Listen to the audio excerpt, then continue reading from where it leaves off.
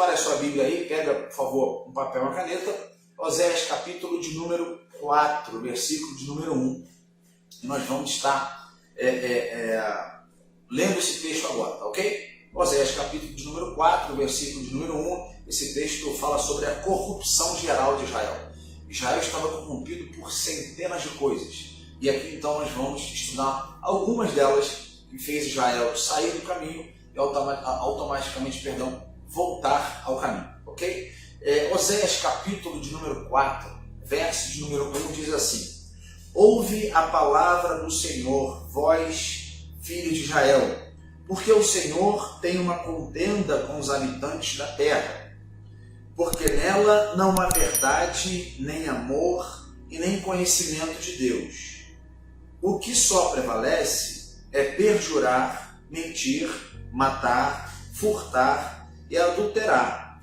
E há arrombamentos e homicídios sobre homicídios. Versículo 3. Por isso, a terra está de luto, e todo o que mora nela desfalece, como os animais do campo e como as aves do céu, e até os peixes do mar perecem. Todavia, ninguém contenda, ninguém repreenda, porque o teu povo é como os sacerdotes aos quais acusa. Versículo de número 5.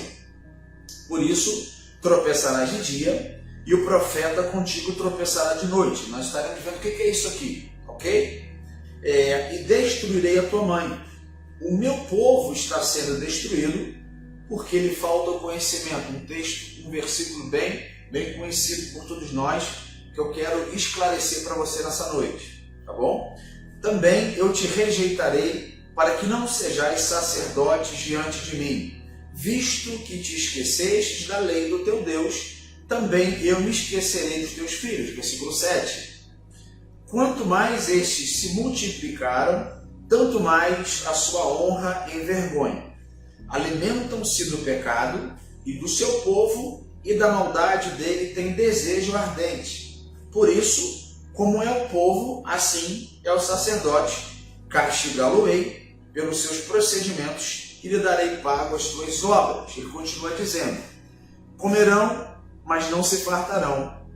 Entregar-se-ão à sensualidade, mas não se multiplicarão, porque o Senhor deixará de adorar.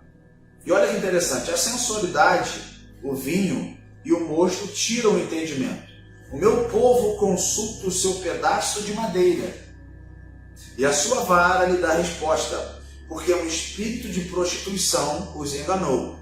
Eles, prostituindo-se, abandonaram o seu Deus. Lemos 12 versículos da Bíblia Sagrada, um texto muito conhecido por todos nós, e desde já, você que está entrando agora também, mais uma vez uma boa noite para você. Para a gente é uma honra estar entrando na sua casa, e você pode estar em casa, pode estar no seu carro assistindo essa live, enfim, ou na sua televisão. Que Deus possa estar te abençoando aqui nessa palavra. Queridos, Oséias, capítulo de número 4, Oséias, na verdade, foi um profeta que falava literalmente a verdade. A maioria dos profetas, tanto maior quanto menor, eles tinham essa autoridade de falar em nome de Deus, em nome de Yahvé.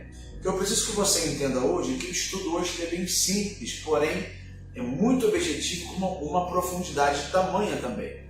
O estudo hoje também ele vai se tratar sobre a destruição por falta de conhecimento. Muitos olham para a igreja hoje e olham ela como noiva, mas outros também olham como prostituta. E a pergunta é: noiva ou prostituta?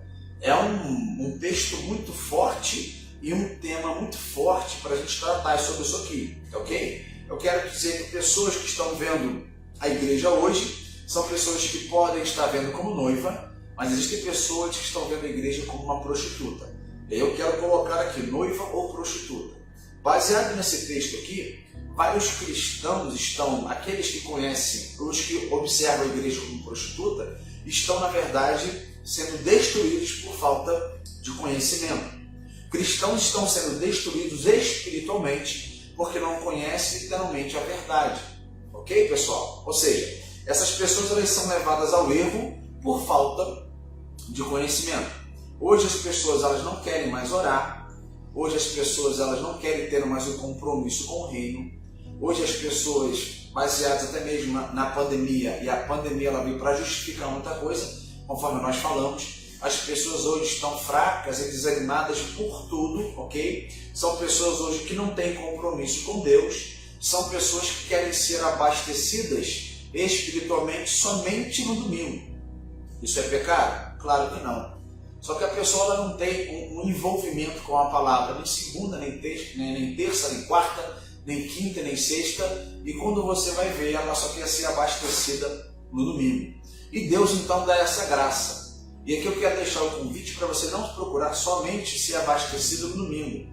Esse envolvimento, essa intimidade, ela tem que acontecer diariamente, entrando, fechando a porta do nosso quarto e ali, a nós então ali orando para Deus atingir ao nosso interior, a nossa alma, porque esse é o maior objetivo de Deus, Ele se relacionar com você, ok? Noiva ou prostituta, para que você entenda isso, ok, gente? Bom, permita-me falar um pouco nessa noite quem foi o profeta Oséias.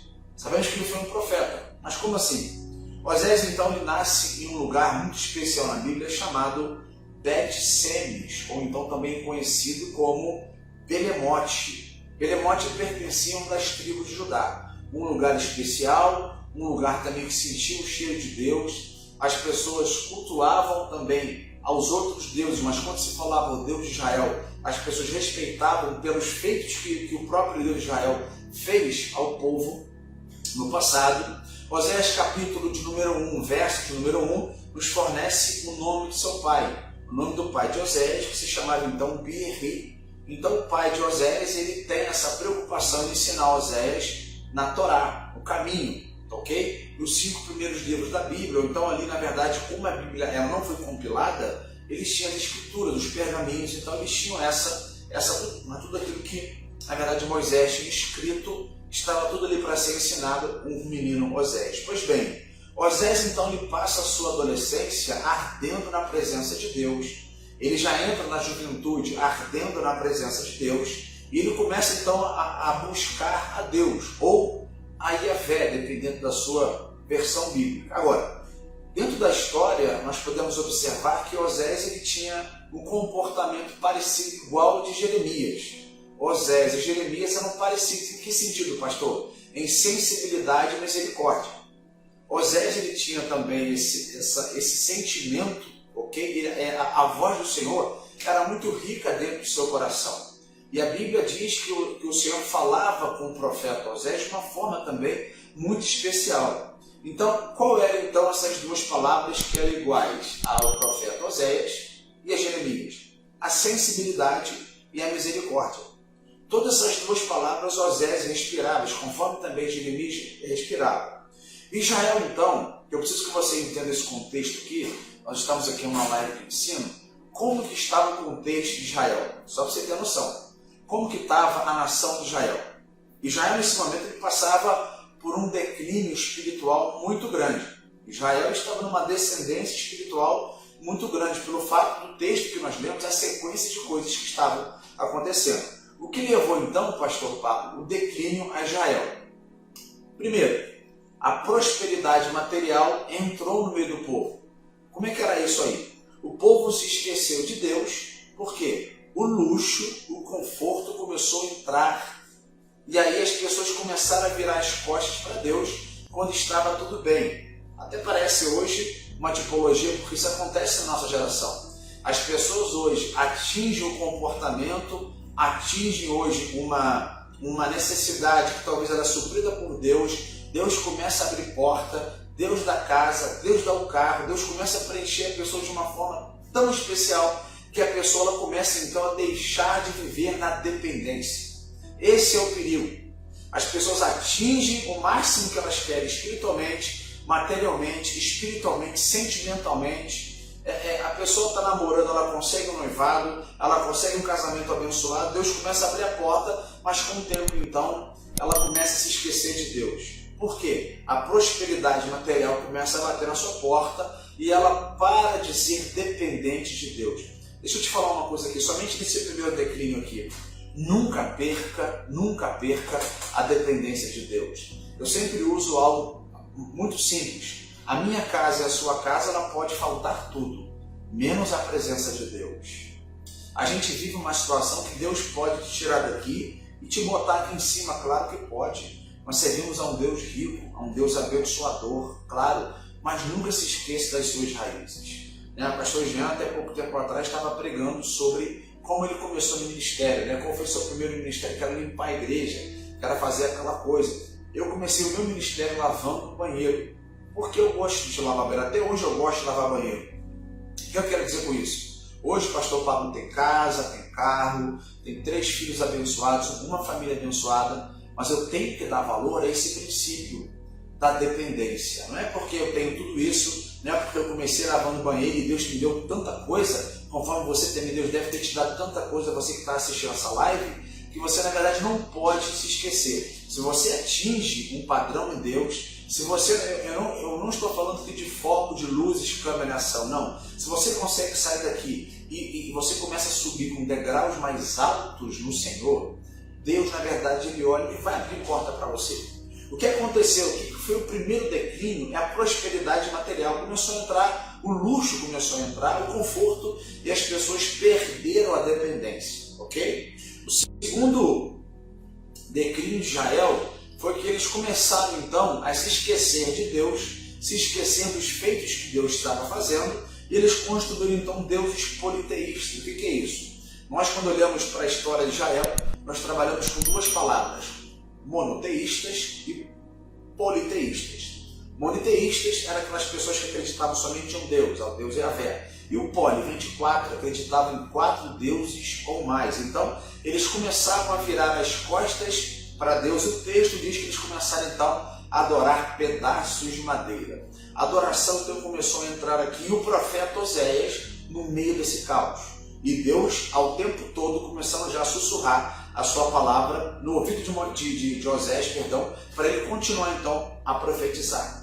Deuses como Baal, eu já falei sobre esse Baal aqui, como é que era? Baal eram 4 demônios que prevaleceram sobre o Egito. Beelzebub, Astarote, Azera e Leviatã. Beelzebub, Astarote, Azera e Leviatã. Eram 4 demônios que prevaleciam. Muitas pessoas adoravam Baal como se fosse um Deus só. Outras pessoas adoravam Beelzebub, outras pessoas adoravam então Astarote, Azera e Leviatã. Se você não tivesse debaixo desse jugo, as pessoas eram humilhadas de uma forma muito severa, tá ok? Não só deuses como Baal, mas como Moloque. E eu preguei sobre o espírito de Jezabel, foi onde Deus visitou a igreja de uma forma muito especial também. 2 mensagens sobre o espírito de Jezabel, e eu falava sobre Moloque, tá ok? Você que quer assistir também essa mensagem sobre o espírito de Jezabel, ela tem no YouTube, também no meu canal, Pablo Goulart. É só você acessar lá que você vai ter a mensagem completa, tá bom? E deuses como Moloque, então, qual era o objetivo desse deus Moloque? As crianças da época eram sacrificadas e jogadas dentro da barriga dessas estátuas, e ali então as crianças eram queimadas. Enfim, deuses como Marduk, deuses como Dagon, Medeba, Merodach, enfim, vários deuses. Então, começou a fazer parte de Israel nesse contexto, e Deus então começando a abrir os olhos espiritual do profeta Oséias, para ele começar então a se levantar no meio do seu povo. Israel, nesse cenário, tinha se casado com a idolatria. Israel, nesse cenário, tinha feito uma aliança com esses deuses politeístas. Agora, a quarta coisa que levou ao declínio de Israel, e essa quarta coisa aqui foi uma coisa muito absurda. Bom, os ritos sexuais, as violências, o embriaguez começou a tomar parte, o alcoolismo começou a tomar parte, as pessoas bebiam e faziam besteiras no meio da rua, ok, gente? A prostituição de uma forma absurda começou então a se manifestar, e Oséias no meio desse povo. Oséias observando todo esse contexto, ou seja, a festa da carne, literalmente, era como se fosse um carnaval, praticamente. Ele completava esse quadro desolador, um quadro triste de Israel. Pois bem, a ponto das pessoas praticarem o ato sexual nas ruas. As pessoas faziam sexo na rua aproximadamente, a história diz isso. Era um tempo muito difícil, o povo tinha perdido esse temor a Deus, esse temor a Deus que eu te falei. Israel que agora então está se casando com idolatria e se casou com essas coisas. Para você ver qual era o nível. 2 de Reis, capítulo 23, verso 7, você pode anotar, eu vou repetir. Segundo livro de Reis, capítulo 23, verso 7, diz como que estava o contexto. Olha que interessante. Em que as mulheres teciam casinhas para ídolo do bosque. Em primeiro lugar, a idolatria já tinha entrado dentro dos templos. E os sodomitas estavam dentro da casa do Senhor. Olha só o que estava acontecendo aqui. Os sodomitas, os sodomitas eram aquelas pessoas que praticavam sexo anal. As pessoas estavam praticando isso, nesse contexto, dentro dos templos. E as pessoas teciam, elas teciam situações que a Bíblia fala, elas teciam casinhas para os postes ídolos, para os ídolos dos bosques. Olha que interessante aqui. Esse era o contexto desolador. O livro de 2 Reis diz isso. Então o profeta Osés, ele é levantado nesse contexto. Bom, Deus olha para Israel e identifica algumas coisas. A primeira delas, debaixo desse contexto, e o profeta Osés observando isso tudo, querendo então se levantar para poder falar em nome do Senhor. Deus considera Israel longe dos caminhos. Deus considera Israel uma nação agora idólatra. A idolatria fazia parte de Israel. Deus considera Israel como uma podridão. E Deus considera Israel como se fosse uma prostituta. Olha que interessante. Deus considera Israel como se fosse uma prostituta. E aonde está isso? Está na Bíblia. Eu quero te explicar isso aqui. A solução de Deus aqui era deixar Osés falar com o seu próprio testemunho, com a sua própria vida. E Deus então abastece Osés de autoridade e ele surge nesse cenário profetizando e denunciando o pecado. Não acusando, denunciando. É muito diferente quando um profeta ele denuncia e quando o profeta acusa.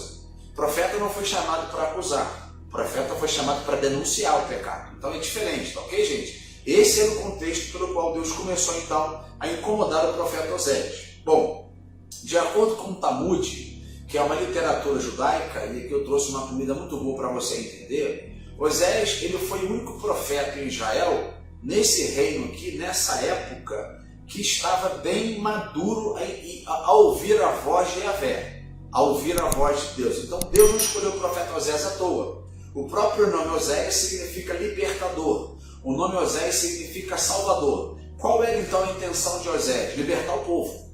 Não a função de Cristo, mas libertar o povo dessa idolatria. Através de quê? Desses sonhos e visões que Deus dava para ele. Através do seu comportamento, ele denunciava o pecado que estava ali em Israel. Bom, conhecido também não só como libertador e salvador daquele povo ali, o profeta Osés ele é conhecido como profeta do destino. Ele profetizava e o destino mudava das pessoas. E aqui eu quero chamar a sua atenção, como nós estamos precisando de profetas assim hoje. Os profetas que falam a verdade, que profetizam aquilo que Deus quer, não aquilo que o homem quer. Deus fala, Deus sussurra e o profeta cumpre a palavra de Deus. E quando isso acontece, o destino da pessoa é mudado. Quando o profeta fala em nome de Deus, a família é mudada. Quando o profeta fala em nome de Deus, o quadro, o cenário é mudado. E o nosso objetivo é esse. A Bíblia fala que todos nós somos chamados para ser profeta. Acreditamos que existem dons, claro, dons de língua, dons de profecia, dons de mestre, apóstolo, ok. Mas o dom da profecia ele é para todos. Você pode profetizar. Eu preguei uma mensagem aqui na igreja sobre o tema O Barulho de Deus, Ezequiel 37, e foi uma mensagem muito poderosa também, convidando qualquer tipo de pessoa a profetizar, até porque esse é o nosso objetivo na terra, é profetizar em meio ao caos, é profetizar na vida de nossos filhos, alguma tempestade que eles estejam passando, é profetizar e acreditar que aquilo vai dar certo. É profetizar e acreditar que Deus vai mudar o quadro. E foi assim com o profeta Osés. Esse homem que foi chamado para libertar, esse homem com o nome significado Salvador e Profeta do Destino. Então, Osés se levanta de uma forma tão poderosa.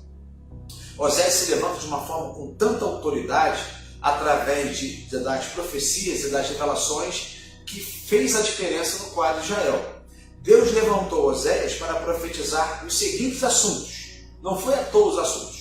Deus levantou o profeta para falar específico. E aqui eu posso encontrar 4 4 direções pelo qual Deus orientou o profeta Oséias. Primeiro, Deus levantou Oséias para denunciar o pecado, ok? Segundo, Deus levanta Oséias para julgar Israel pela forma bíblica, ok, gente? Deus levanta então o profeta Oséias para registrar a desobediência que o povo estava vivendo.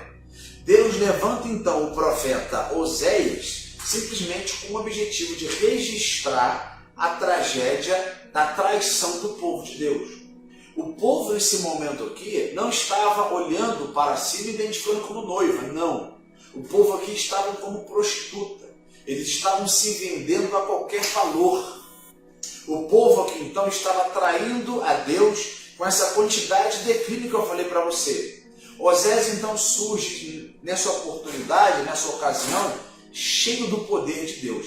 Ele então começa a profetizar cerca de 800 anos antes de Cristo, aproximadamente. Oséias ele começa a profetizar no ano de Jeroboão II. E as coisas estavam mais complicadas, mais difíceis. Mesmo assim, o Senhor revestiu a vida do profeta Oséias e ele começa então a profetizar. Oséias começa a falar a verdade em Israel e o povo rapa fora.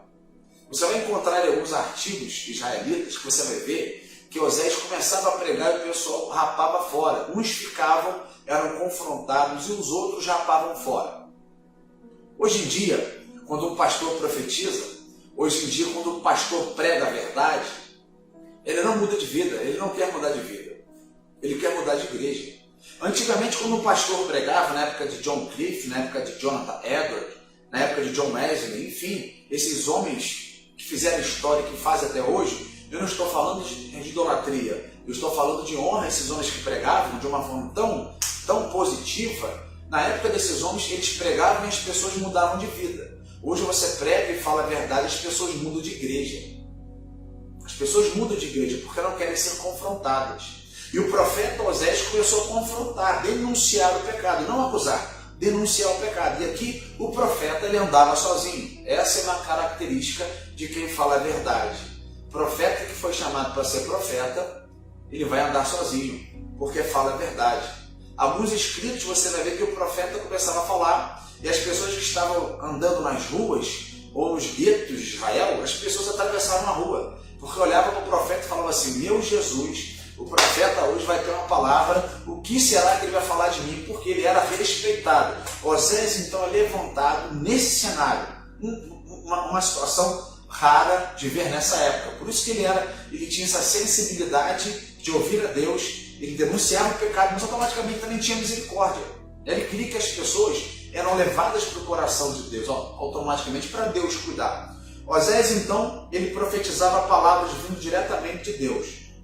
E a gente sabe que Israel estava perdendo a sua saúde espiritual. Israel estava perdendo a sua forma, espiritualmente falando, estava em decadência, em declínio. Agora, por que então, pastor, essa comparação de noiva e prostituta? Por que essa comparação de noiva e prostituta? E agora a gente vai entrar no texto para você entender também, ok? O problema, irmãos, não é a noiva de Cristo. Nós sabemos que a noiva de Cristo ela é imaculada.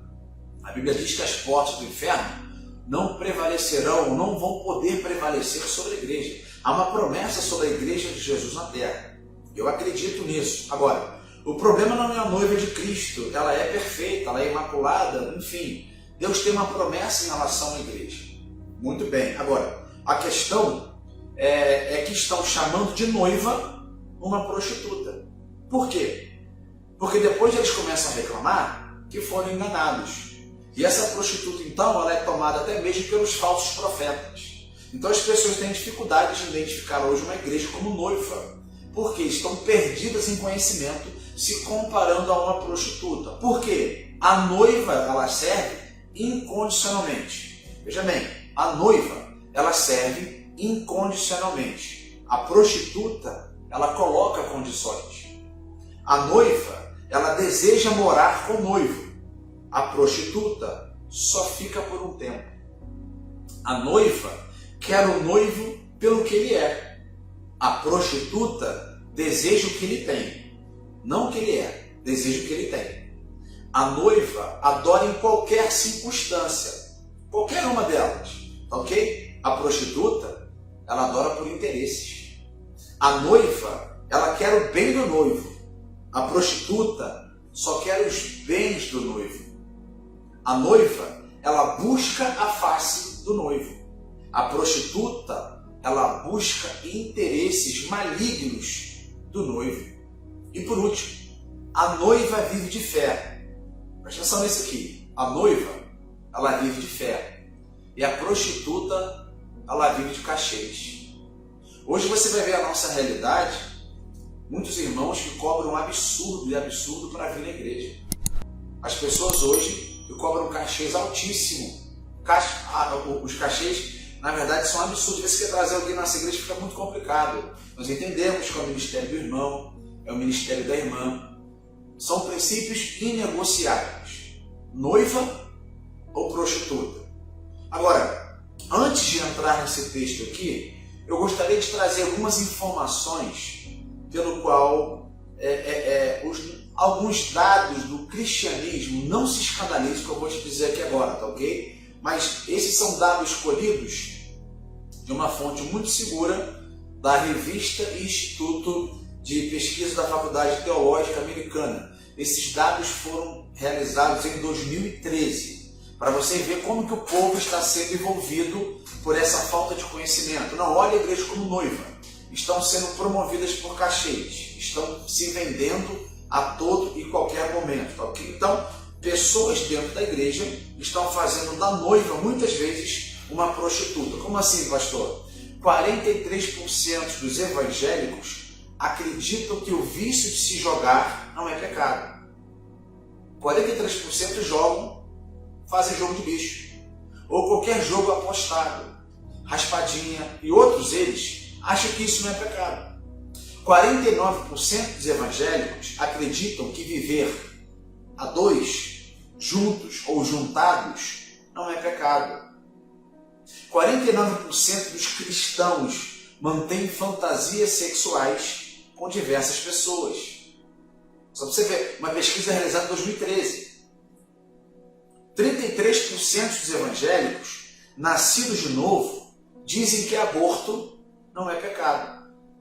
13% dos cristãos nascidos de novo fizeram ou fazem aborto e acham que está tudo tranquilo. 53% dos cristãos evangélicos são viciados em pornografia na internet. 25% dos irmãos acreditam que a Bíblia tem falha e justifica os seus erros. 46% dos evangélicos não acreditam em uma absoluta verdade de Deus. 63% dos evangélicos, olha isso, gente, 63% dos evangélicos acreditam que os budistas, islâmicos e cristãos oram para o mesmo Deus. 58% dos evangélicos creem em todas as religiões e ensinam que todas elas levam o caminho a Deus.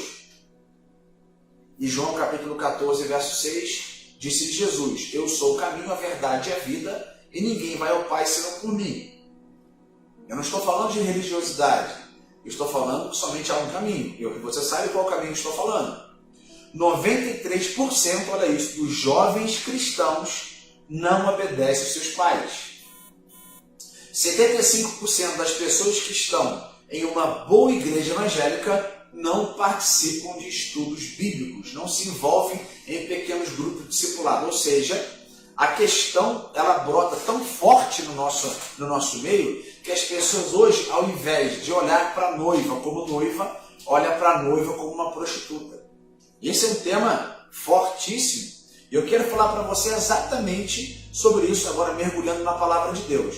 Eu quero que você me preste a sua mente e o seu coração para a gente analisar aqui agora algumas situações. A nossa história, então, é uma história que parece ser muito complicada, mas ela começa aqui em Oséias capítulo 1, versículo de número 2.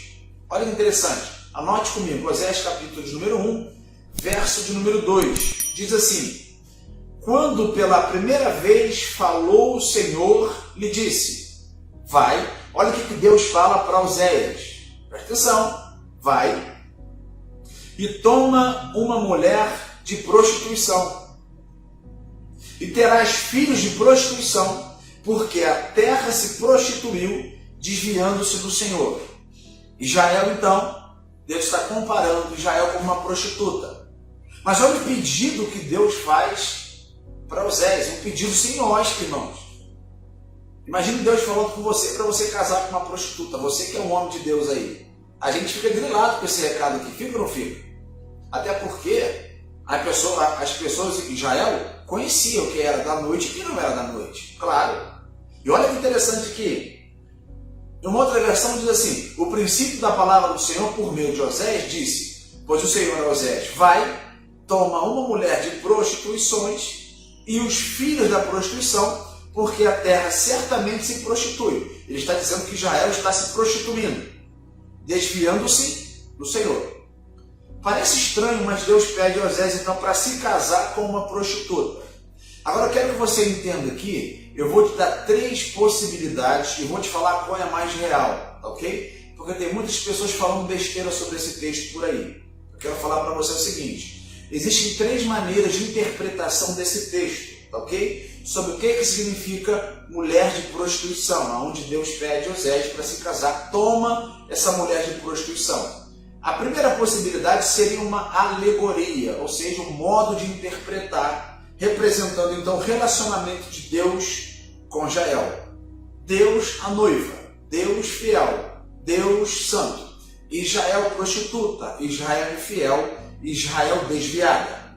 Ok? Segunda possibilidade, Gomer, a esposa de Oséias, que nós vamos estar falando dela aqui, a esposa de Oséias, ela cai em prostituição.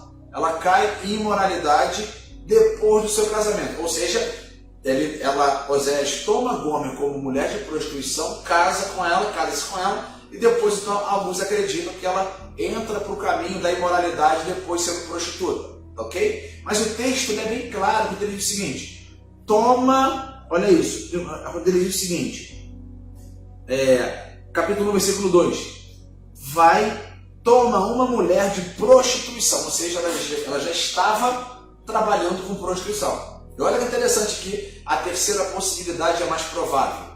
Oséias sabia que Gomer era uma prostituta quando eles se casaram.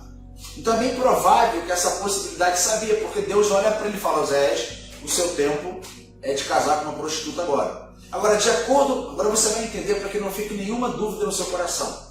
De acordo com uma literatura hebraica, uma literatura rabínica chamada Talmud, Gomer frequentava as noites de Israel, ela era mulher da noite. Ela era mulher então que se prostituía, ela vendia o seu corpo antes de se casar com Oséias. Agora, Gomer era mulher da noite. Além de prostituta, a história de Israel diz que ela também era idólatra, ou seja, 2 características que Deus olhava para Israel agora mergulhados no interior de uma pessoa física, uma prostituta e uma idólatra, porque isso o texto de Oséias capítulo 4 fala, prostituta e idólatra, os 2 caminhos que Israel estavam mergulhados, por isso ela se declina espiritualmente. Então, além de prostituta, ela era uma idólatra. Oséias, então, eu preciso que você entenda que Oséias não se casaria com Gomer, não se casaria com essa mulher, se Deus não tivesse mandado, gente. Era impossível. Deus fala com o coração do profeta e ele obedece. Ou seja, Deus nesse momento aqui, ele pede a Oséias para se casar com uma prostituta. Parece uma loucura, mas não é. É o que a Bíblia diz. Então, por que então Deus mandaria Oséias se casar com uma prostituta? A prostituição de Israel tipificava o casamento de Gomer com Oséias. Volto a dizer para você, Oséias representava Deus e Gomer representava a prostituição, porque essa era a situação de Israel naquela ocasião, naquela oportunidade. Esse era o retrato da infidelidade de Israel para com Deus. Ou seja, Oséias, o profeta, ele era apaixonado pela sua esposa. Oséias, profeta, se dedicava à sua esposa, mas tem um porém que ele não era correspondido. E essa é a crise de relacionamento hoje em dia. O esposo ama tanto a esposa que às vezes a esposa não pode corresponder ao amor do marido, ou vice-versa. Israel então está nessa situação. Oséias se dedicava à sua esposa. Deus se dedicava o tempo todo para Israel. mas não estava tendo esse amor, esse recíproco. Não estava acontecendo, ou seja, Oséias se dedicava à sua esposa, que era uma prostituta, mas ele não estava sendo correspondido. Por quê? E aqui eu quero fazer uma aplicação. Deus, ele é apaixonado por mim e por você. Deus, ele é apaixonado pela igreja, pelo qual ele é o cabeça. Agora, muitas vezes nós não correspondemos a esse amor que ele tem para mim e para você. Deus vai deixar de amar a igreja? Claro que não. Deus vai amar a igreja, ele ama incondicionalmente, porém, nós não correspondemos. Ou seja, poxa, isso aqui aconteceu 800 anos antes de Cristo. Está acontecendo em nossos dias. Deus derrama a sua graça, Deus derrama a sua misericórdia, Deus fala no nosso profundo. Mas a igreja parece que não tem correspondido nesses últimos dias na terra. Um amor fiel, um amor genuíno, um amor santo. Ou seja, Deus sempre vai ser apaixonado por mim e por você. O que acontece é que às vezes nós não nos correspondemos ao amor que Ele tem para mim e para você. Ele queria o amor, mas ela era infiel com Ele o tempo todo. Ou seja, Deus quer se relacionar comigo, Deus quer se relacionar com você em amor.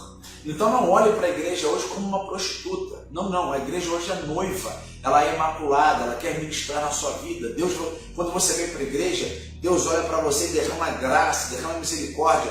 Você sai da sua casa para vir ao templo, ou em qualquer templo, onde a palavra de Deus é pregada, a verdade é pregada, para Deus corresponder a essa relação, essa aliança entre amor de quem? Duas pessoas, você e Deus.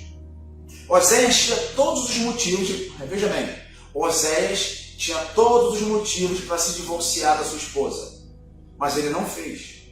Praticamente na Júdia de Israel, era uma mulher que não valia nada. Praticamente ali, era uma mulher que não prestava, era uma mulher fora de si. Ou seja, Deus teria todos os motivos para se divorciar da igreja. Como assim, pastor? Pecados ocultos, pecados escondidos debaixo do rodapé, motivos de idolatria, ainda hoje. A idolatria é dentro da igreja. Quando eu falo idolatria, não é imagem, não. Idolatria é algo que é colocado, trocado no seu coração por Deus. Qualquer coisa, você troca a presença de Deus e começa a adorar dentro do seu coração, isso é idolatria. Terceiro, pessoas que fazem da igreja do Senhor uma prostituta. Pessoas que olham para a igreja, é uma palavra muito forte. Acham que a igreja é cachê. Acham que a igreja ela vai se doar o tempo todo para você. Ela olha para a igreja e não corresponde ao amor de Deus pelo qual criou. E Cristo é o cabeça da igreja. Pessoas que vendem o nome do Senhor como se fosse 30 moedas de prata. Pessoas que estão vivendo no luxo. Pessoas que estão vivendo na prosperidade. Pessoas que estão vivendo super bem. Mas no final disso, viram as costas para Deus. Exatamente o amor não correspondido por Israel. É o mesmo amor que às vezes nós não somos correspondidos. Nós não somos recíprocos para com Deus. Ou seja, sabe por que Deus ainda hoje não se divorciou da igreja? E aqui é para você dar um glória bem alto na sua casa. Deus teria todos os motivos para se divorciar da igreja, mas Ele não fez. E Ele não faz, por enquanto. Deus não se divorciou da igreja. Por quê? Pastor, por que Deus então não se divorcia de você? Porque você é noiva de Cristo. Isso é tremendo. Pastor, por que Deus não se divorcia de você? Porque Deus acredita em você. Deus acredita no seu potencial. As nossas limitações, as nossas fraquezas, tudo aquilo que brota, que desanima, mesmo assim Deus acredita no seu potencial. Ele poderia, um amor não correspondido, mas Deus acredita em você. Jesus morreu por mim e por você naquela cruz.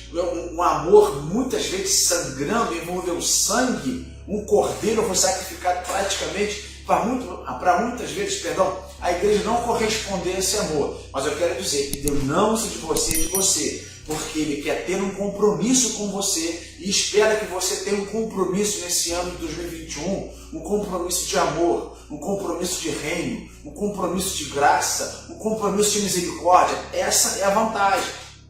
Agora acompanhe comigo em Oséias capítulo 4, versículo 5. Olha que interessante. Por isso, tropeçarás de dia, e o profeta contigo tropeçará de noite, e destruirei a tua mãe. O que isso quer dizer, pastor? Tropeçar nesse contexto aqui, irmão, significa desviar.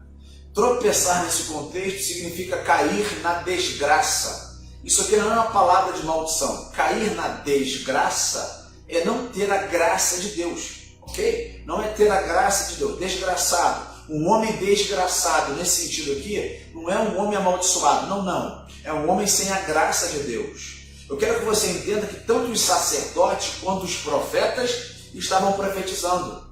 É aqui que o povo, então, olha para o templo e não vejo como noiva. Olham como se fosse uma prostituta, literalmente. Porque o povo estava perdido dentro da casa do Pai. O povo estava perdido na nação Israel, pelo qual o Senhor tem um xodó até hoje. Zacarias capítulo 2, versículo 10. Sobre esse lugar chamado Cântico de Sião. Um lugar especial, pelo qual Deus tem um carinho, tem um chamego por Israel. Até hoje é assim. Então eu quero que você entenda, é que quando a Bíblia fala que por isso tropeçarás de dia e o profeta contigo tropeçarás à noite, é porque os sacerdotes e profetas também começaram a tropeçar. A situação foi tão alarmante que o profeta Oséias, nesse contexto aqui, ele levanta porque era um profeta que falava por parte do Senhor, sim, mas existiam os profetas de esquina também. Eu quero dizer que o profeta Oséias ele é levantado para como que eu posso dizer assim, para direcionar os profetas e os sacerdotes que estavam se desviando nesse versículo. E olha que interessante aqui. Qual era o trabalho deles, né? Qual era o trabalho do profeta e o trabalho do sacerdote? O sacerdote, ele trabalhava de dia, envolvido com o templo, envolvido muitas vezes com as peças do tabernáculo, os elementos sagrados. E os profetas, eles trabalhavam à noite, mais ou menos. Por quê? Em oração com Deus. Os profetas tinham sonhos, os profetas tinham visões, a maioria disso então era à noite, coisa que o sacerdote não tinha, eles não misturavam o seu trabalho. E mesmo assim, os profetas e os sacerdotes então começaram a se desviar, começaram então a cair nessa desgraça, sem a graça de Deus, sendo subjugado pelo próprio Deus. Ou seja, todo ser humano tropeça, todos nós tropeçamos. Eu já cansei de tropeçar na minha vida. Cada tropeço você atinge o nível de maturidade, porque é o que se espera. Tropeçamos, temos um nível de maturidade. Aqui você tem que ver que os profetas e os sacerdotes começaram a cair. Começaram então a se desviar. O cristão, ele não tropeça em montanha. Montanha você vê e tem como você desviar. Se você está vendo aqui um banco grande e você tem que passar por um determinado caminho, ou você vai desviar, ou se você tiver estrutura física, você vai pular para passar por aquela barreira. Eu quero dizer para você que nós tropeçamos em coisas pequenas. Certa vez um fazendeiro chega no seu quarto, na sua sala ali, né? Ele olha em seu jardim, um jardim florido, muito abençoado, aquelas flores amarelas. Esse lugar aconteceu essa história, e essa história ela é narrada pelo Augusto Cury também, tá bom? E o pastor Márcio Valadão reproduziu essa história também em um dos seus livros, O Jardim de Deus. Então, muito interessante essa ilustração. Aquele rapaz então observa seu jardim florido com flores amarelas, muito interessante. Ele passa assim que à noite ele sente sede, ele acorda, quando passa pela sala para tomar água, ele observa que o seu jardim então estava todo devastado. O jardim estava todo arrebentado, aquelas flores totalmente assim, murchas, ele não entendeu nada. Passa a primeira noite assim, passa a segunda noite, começou a perder umas flores, e ele teve uma ideia brilhante, ele falou assim, bom, eu vou começar aqui agora a observar o que está acontecendo, não é possível. Meu jardim estava florido há 3 semanas atrás, e agora como é que está aqui, né? Olha que interessante, ele começou a observar. Ele começou a observar que umas raposas gigantes começou a entrar no jardim dele e começou a arrebentar todas as flores. Elas comiam a raiz, comiam as pétalas e saíam. Aquele rapaz então teve uma ideia brilhante. 2 semanas depois, ele ainda com poucas raízes de flor, ele pega uma cerca de arame farpado e começa então a cercar o lugar. E as flores começavam então a crescer de novo. Passa 30 dias e as flores, pum, se reergueram de uma forma muito linda. E ele falou assim, eu vou relaxar agora, tá tranquilo. Só que na outra semana, irmãos, ele começou a ver então novamente o problema. As flores começaram a se murchar. As raposas começaram a comer. Ele falou, não é possível. Ele falou assim, eu quero vigiar para saber o que está acontecendo. O que as raposas estavam fazendo? O buraco era muito pequeno. Elas não poderiam passar. O que ela falava? O que ela fazia? ela levava nas suas costas seus filhotes. Chegava a raposa, colocava à beira da cerca, tirava o seu filho, os seus filhotes, e os filhotes entravam, e eram muitos filhotes, e começavam então a devastar o jardim. Qual é a lição que eu tiro? É que nós temos que tomar muito cuidado com os pequenos filhotes de raposa que tenta devastar o nosso jardim espiritual.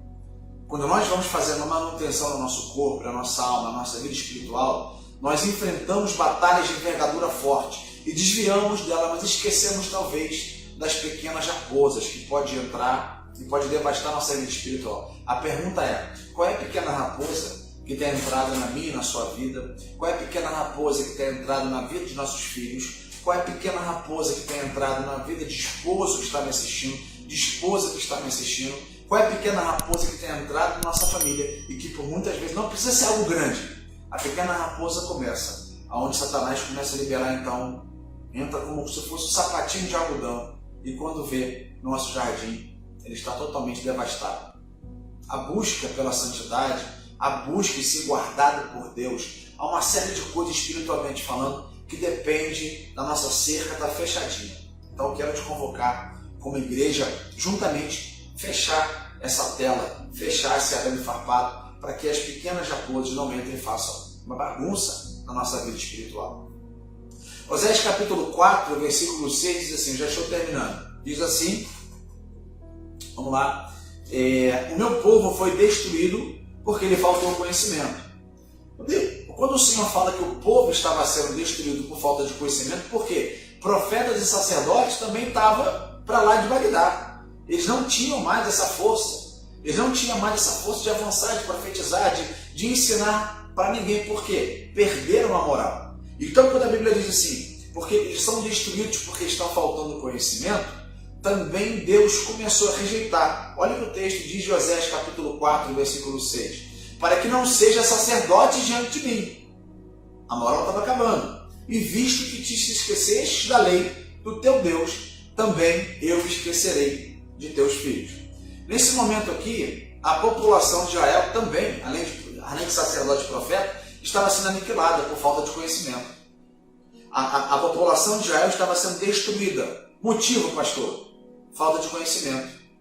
Estava se desviando 100% de Yahvé, do verdadeiro Deus de Israel. O povo tinha se perdido, o povo mais uma vez começou a virar as costas para Deus. Ou seja, os próprios sacerdotes estavam com as suas vestes sujas.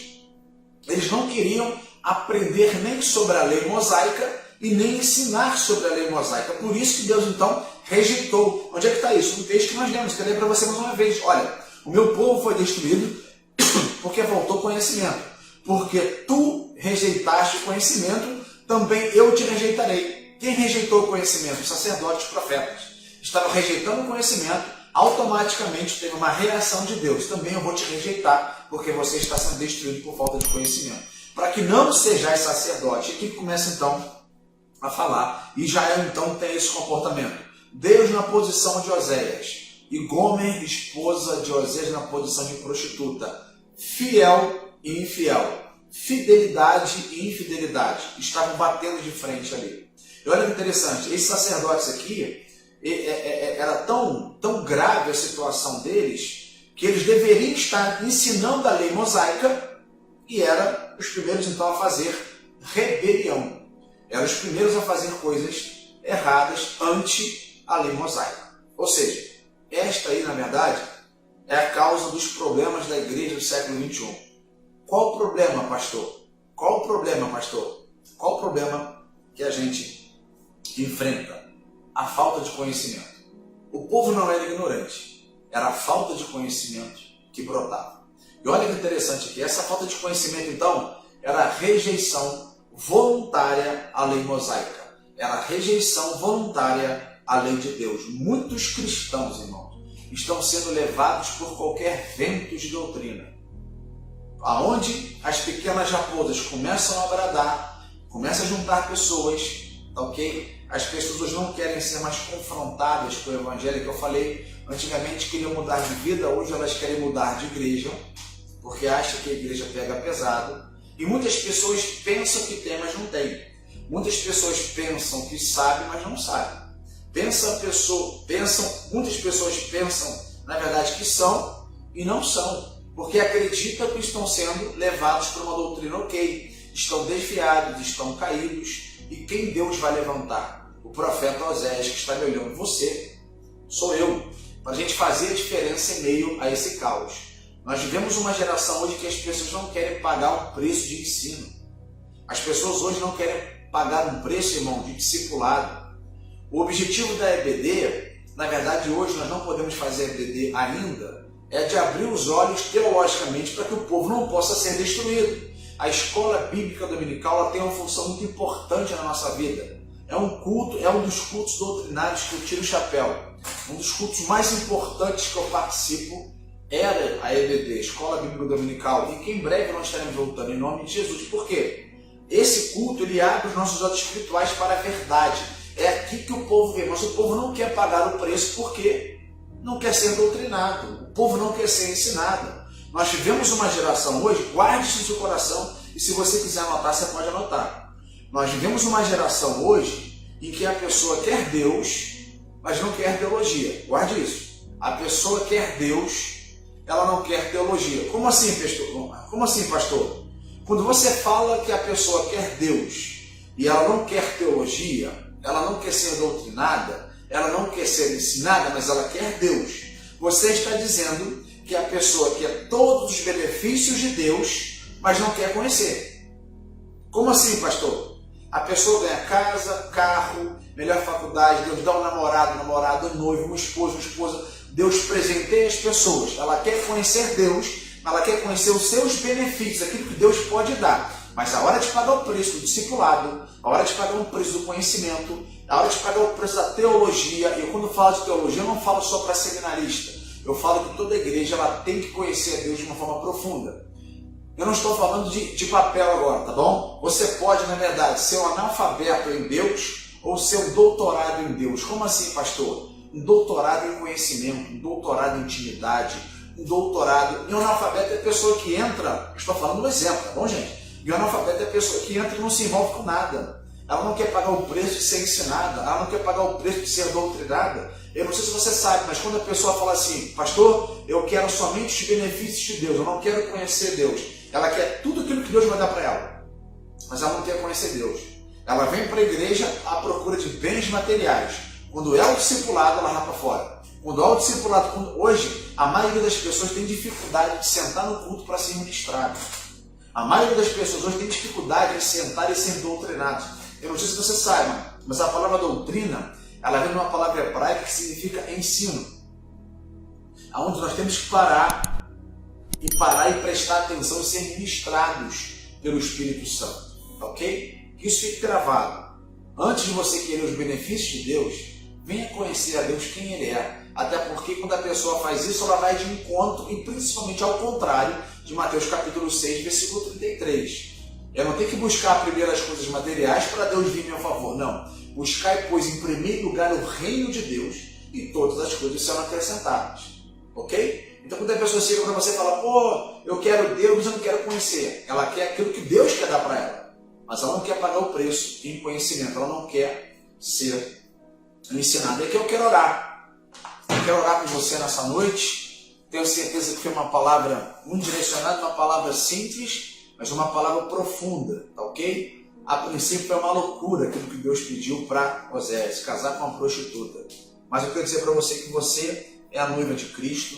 Você não pode ser, na verdade, destruída por falta de conhecimento. Você não pode ser destruído por falta de conhecimento. E aqui eu quero louvar a Deus para a nossa igreja. A nossa igreja é uma igreja de palavra, é uma igreja que busca conhecimento o tempo todo, é uma igreja, tanto eu como o pastor Jean, o pastor Giovanni e Gilmar procuram, na verdade, são palavras muito consolidadas, palavras firmes, para que você não procure outro rebanho e para que você não se alimente em outro lugar. Porque o que mais tem hoje é pessoas se alimentando por qualquer tipo de comida. Então, o livro de Oséias é um livro que fala sobre a história de amor, é uma história real, é uma história trágica, mas é uma história verdadeira. Uma história que aconteceu, ou seja, Oséias passou por todas as etapas que um casamento pode passar. E aqui eu preciso te fazer algumas perguntas para a gente encerrar, tá bom? pense comigo e guarde essas perguntas no seu coração. Esse texto diz sobre o amor de Deus para com o seu povo e a resposta da noiva que a princípio não foi suficiente. Agora, qual é a resposta que você tem dado para Deus? Você tem correspondido ao amor do Pai? Você realmente é noiva de Cristo? Eu quero dizer para você que Deus ele sofre amargamente com a igreja do Senhor nesses últimos dias, porque há uma verdade que eu vou te falar agora, guarde isso no seu coração. A igreja não nasceu de uma mulher prostituta, guarda isso. A igreja não nasceu de uma mulher prostituta, a igreja nasceu de uma mulher virgem. O nome dela é Maria, nós conhecemos a história. A igreja, ela nasceu do caráter santo de Deus, e é para isso que eu quero orar com você nessa noite. Como assim, pastor? Aquelas pessoas que querem ter um ano de compromisso nesse ano de 2020, aquelas pessoas que querem então aumentar o conhecimento em Deus, aquelas pessoas que querem sim os benefícios de Deus, mas em primeiro lugar tem que buscar o reino para que o benefício se cumpra na minha e na sua vida. Eu quero orar com pessoas que dizem: Pô, Senhor, eu quero ser a tua noiva. Deus, eu não quero dar as costas para o Senhor, é todo um pacote, né? Mas eu quero orar com pessoas também que queiram Deus e as suas promessas. Quer conhecer a Deus, e se você conhece a Deus, quanto mais você lê a Bíblia, quanto mais você conhece Deus, Deus vai se revelar para você. Mas eu quero também orar com pessoas que querem conhecer a Deus, mas que querem também conhecer a teologia.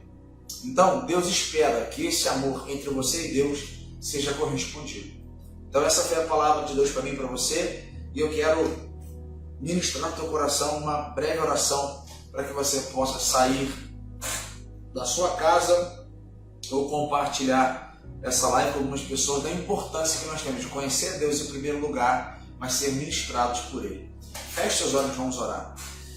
Senhor, em nome de Jesus, eis aqui a tua palavra, e a palavra do Senhor não tem erros, ela é infalível, Senhor.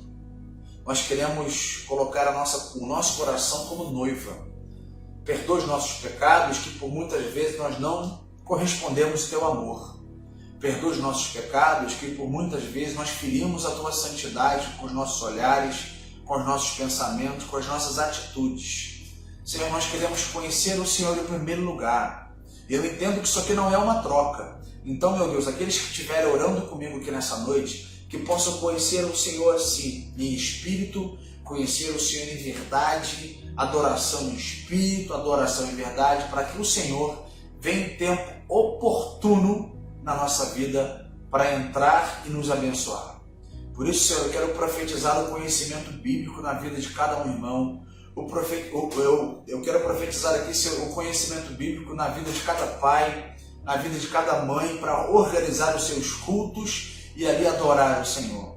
Por isso, Senhor, nós te louvamos e como nós temos que aprender com essa história de Israel. Uma situação difícil, um exemplo difícil, mas ajuda-nos, Senhor, que somos pecadores, a olhar para o Senhor, que é autor e consumador da nossa fé.